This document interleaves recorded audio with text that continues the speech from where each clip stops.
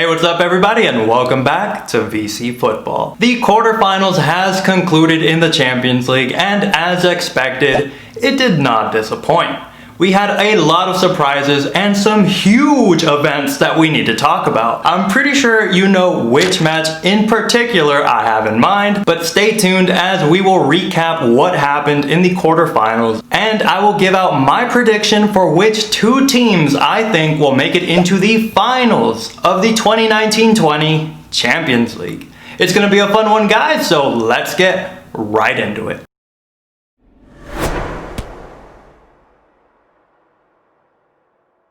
And just before we get things started, if you have not seen my quarterfinals prediction video, I would definitely recommend you watch that beforehand, because everything I say will make a lot more sense. But for those of you who have already seen that video, I want to give you a reminder of what teams I had making it through to the semifinals of the Champions League. As you can see here are the four teams I thought would make it out of the quarterfinals of the Champions League.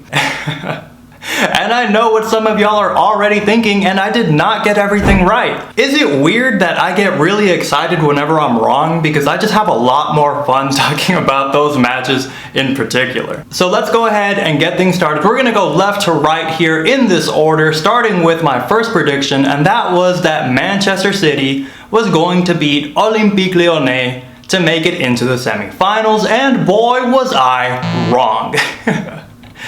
Olympique Lyonnais definitely represented today. They did an excellent job and beat Manchester City 1-3. And it was a crazy ride because for a second there, it looked like Manchester City was about to completely take over in the match. When Sterling missed the open net, I was about to lose it. It was crazy. I don't know how he missed such a crucial shot, but he is going to have nightmares later. And you could see Pep Guardiola was completely stunned on the bench. And speaking of Pep Guardiola, can we just take a moment? I highlighted him in my predictions video. I called him a genius. I said that he was gonna have this team drilled and ready to go. I don't know what it is about him. Every time there's a crucial match, he wants to switch up the team. I don't know what it is about Pep Guardiola and always wanting to tinker with his formation right before a crucial game. I mean, what is it about him? Pep Guardiola has completely bottled another Champions League, and that's a talking point all of its own. Alright guys, but we're gonna keep it moving because as crazy as it sounds and as good as this match was, we have a lot more to talk about in this video because we had some crazy things happen in these next couple of matches. So now let's keep it moving to my second prediction, and that was for PSG to defeat Atalanta to make it into the semifinals, and with this one I was correct. But they really had me there for most of the match. They had me sweating bullets because while I was watching the match, I had to give kudos to Atalanta because they played an excellent first half. They scored early, and then they were frustrating PSG to the point where they were making a lot of mistakes. Especially Neymar, who I feel like did not bring his shooting boots because he could have honestly had a hat trick in the first half, but he missed all of them. And I mean, I don't blame Neymar because they were losing to Atalanta, but as we all know, PSG was able to be clutch in this game and scored in, I think it was the 90th minute of the match, and then went on to win it in stoppage time. It was insane. It was a crazy match, so exciting to watch. It was a nail-biter until the very end, but I definitely feel for the fans of Atalanta because they played so well and they had it. It was right there. Football can be so cruel sometimes. And I just want to highlight how PSG was finally able to break their curse. And by the curse, I mean that PSG had not made it past the quarterfinals of the Champions League in over 25 years. As I predicted in my previous video, I said that squad depth was going to be the key in getting over this tough Atalanta match. And sure enough, while PSG did struggle in the first half, I feel like the substitutions in the second half were key to victory. One name in particular would be Mbappe, because once this man came in, it was just a different team altogether. Neymar on his own causes enough trouble, but Neymar plus Mbappe, now that's a nightmare for any defense. And PSG beat Atalanta on their 50th anniversary. So what a gift to give to the fans to make it into the semifinals of the competition, and you could just feel the pride off of the players, especially Mbappe, who took to Twitter and he said, "Nous sommes Paris Saint-Germain," which translates to, "We are PSG." Let's keep it moving now, guys, and move on to my third prediction, where I had said that Atletico Madrid was going to be able to get past RB Leipzig. And I was dead wrong. And I also want to let y'all know that I do read the comments, and I do apologize. I was saying Leipzig, but y'all said it's pronounced Leipzig. So thank you so much to everybody who corrected me. I'm big on pronunciation, so I will continue to say Leipzig from now on. And let's go ahead and say it, and without Partey in the midfield, Atletico Madrid is not the same team. Partey is currently injured, but he is the balance in this team. He is the one that links the defense to the forwards, in my opinion, and he was surely missed this time around. Not having Partey in the midfield was always going to be tough for Atletico. But did you think that Atletico was going to line up so defensively though? I mean, I get choosing Diego Costa over Morata because he's definitely a stronger, more physical player, and sometimes he just gets under defenders' skin, and sometimes that can give you an advantage. But Joao Felix, who cost you over 120 million euros, really, you're going to keep him on the bench? And once he actually got on the field, he was the one who created the opportunity and got a penalty for the team.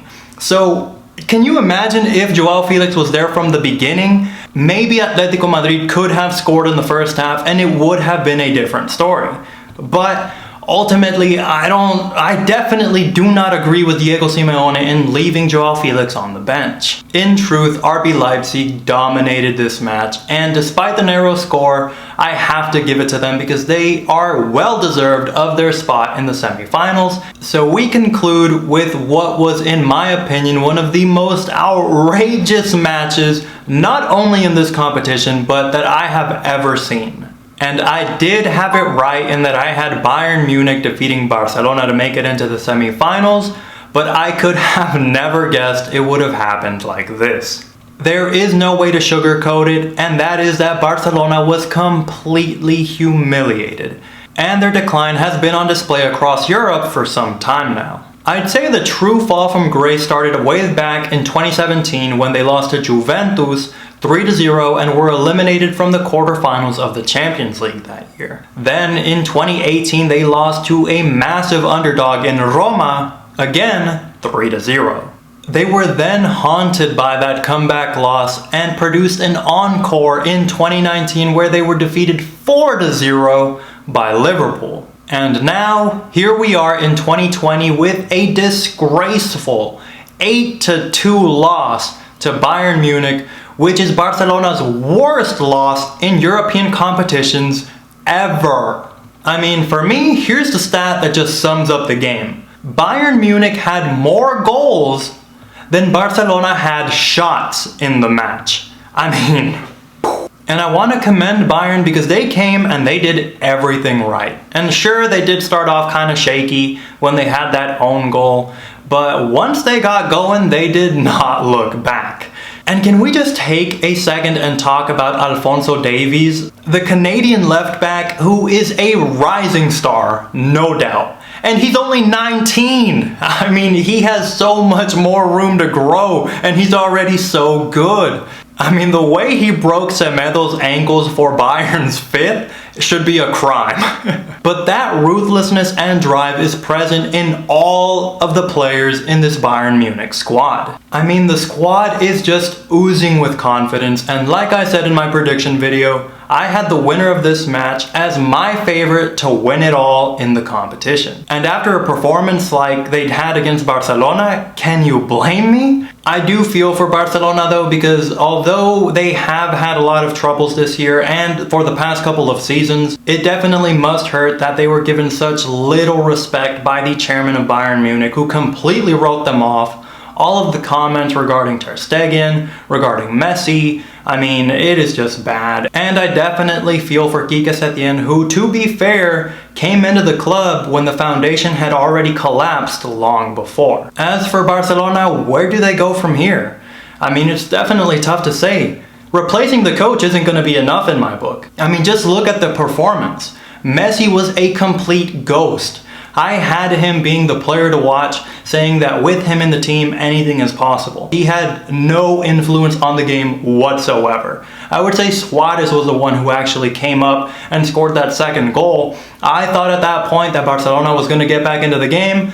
Absolutely not. The directors are terrible. Their finances are completely ruined.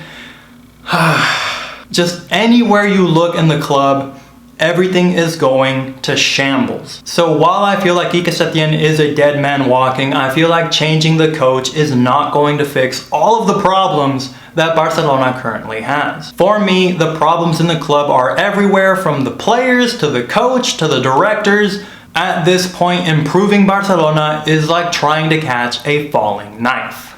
I mean, based off of that performance, I just don't see how Barcelona can get out of this rut, because they are definitely on the decline. Season after season, they just keep getting worse. I mean, the average age of the players that were playing against Bayern Munich was 33.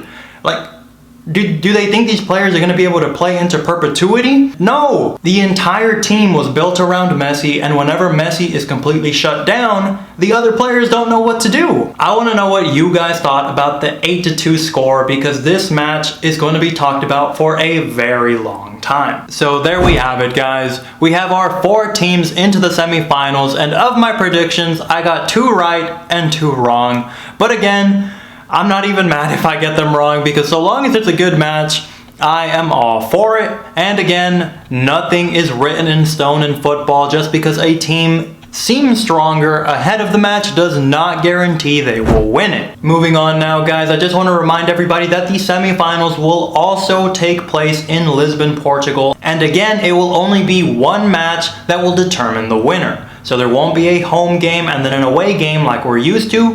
One game. Loser gets eliminated, winner goes to the final. And here we can see the bracket for the Champions League. The first semi-final, that will be RB Leipzig taking on PSG, and this will be on August the 18th. The second semi-final will be Olympique Lyonnais taking on Bayern Munich the following day on August the 19th. And then the Champions League final will take place on Sunday, August the 23rd. But now let's get to the moment in the video everybody has been waiting for, my predictions. And we're gonna get things started with the first semi-final, which is going to take place between RB Leipzig taking on PSG. Now, both of these teams have very impressive attacking strengths. They go into every challenge 100%, whether that be a tackle, a header. I mean, for them to be able to beat Atletico Madrid physically is very impressive. For them to score 2 goals against Atletico Madrid, who has a stellar defensive record, I, for one, was definitely impressed. And these German teams, just like Bayern Munich, they do not mess around when it comes to scoring goals.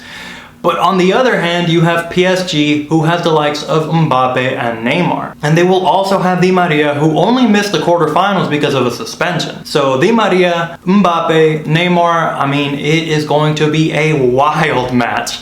One that I am definitely looking forward to, but in the end, I think my gut is telling me, oh man, this is hard. I'm going to have to go with PSG to make it into the finals of the 2019-20 Champions League. And I'm sure you all probably know ahead of time because I had already hinted at it earlier in the video. But for me, my gut immediately tells me that I have to go with Bayern Munich. The reasons should be fairly clear, so I'm not going to waste a lot of time on this one, because they completely dismantled Barcelona 2-8. And while yes, Barcelona has been on the decline and they have had a lot of issues on and off the pitch, I still have to give props to this Bayern Munich because of the way they played. They were relentless. Everything they do, they give 100%, with the likes of Thomas Müller, Lewandowski, who has scored in 9 consecutive matches in the Champions League, might I add. Absolutely insane. 14 goals this season in the Champions League. I would definitely keep him as one to watch, and Alphonso Davies because he is a rising star. I mean, the guy is an absolute bullet on that left flank. So for these reasons, I'm gonna have to choose Bayern Munich to make it into the final of the 2019-20 Champions League. But we do have the possibility of an all-French final, so anything can happen. Nothing is written in stone, like I always say, and that's part of the fun. But let me know what you guys think. Who do you think is gonna make it into the finals of the Champions League this year?